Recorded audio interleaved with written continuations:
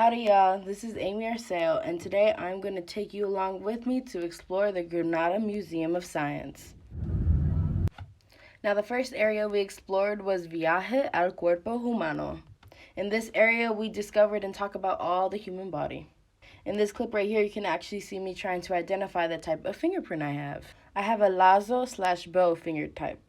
And in this little area we got a chance to put together a human body, though I was not very good at it.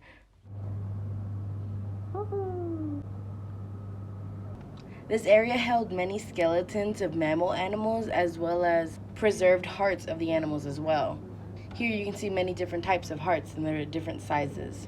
And here's me pretending to be a baby sonographer. Ahead.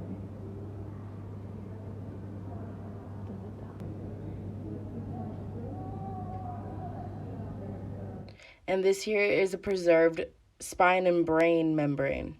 Overall, I really enjoyed this area because it allowed you to see the differences between human and animal bodies. Now, this was a very random area, but it allowed you to scan things as if you worked in a grocery store, which I surprisingly had a lot of fun doing. It also showed different technologies used in different fields. This is an MRI machine. And since we are on the second floor, we could get a better look at those skeletal remains and also other items they have preserved above.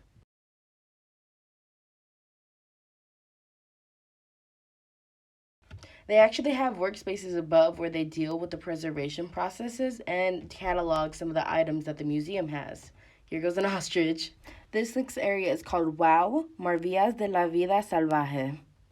This exhibit brings us to the wonders of the wildlife and brings us closer to a fundamental part of animal behavior, their movement. Running, jumping, fleeing, or hunting require extraordinary movements on behalf of the animals, and the goal of this exhibit is to show those movements in action.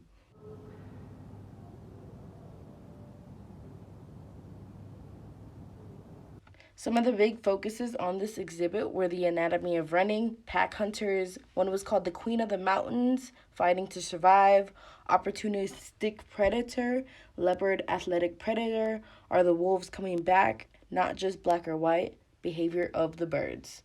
Overall, I really enjoyed this exhibit, especially because of how interactive it was, which I was not expecting.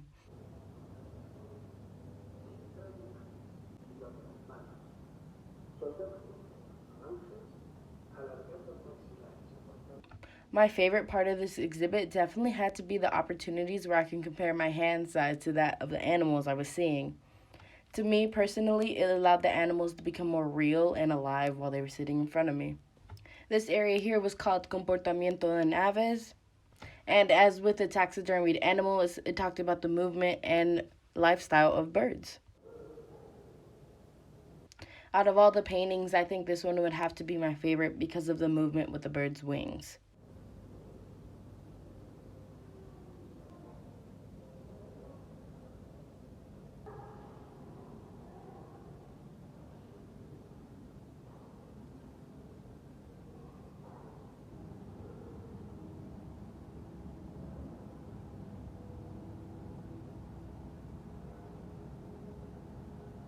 The next area we went to explore was called Pabellón Cultural de la Prevención.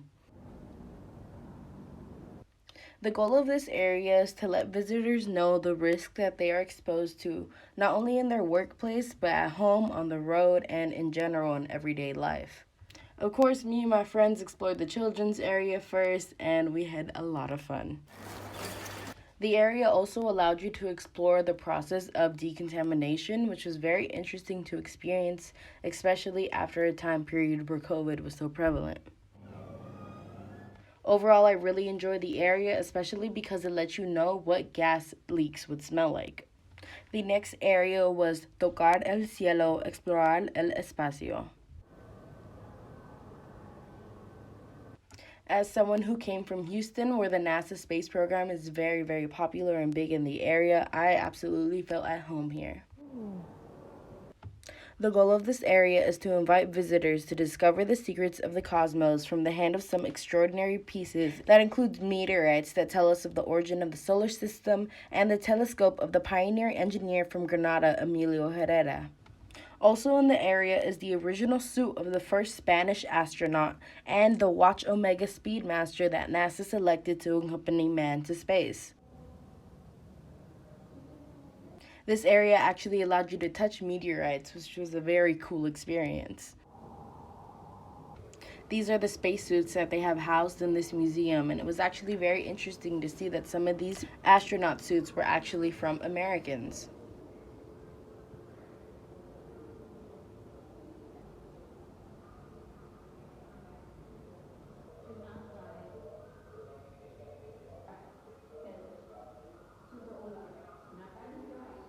In this area, you can actually see items that Spanish astronauts took to space and brought back.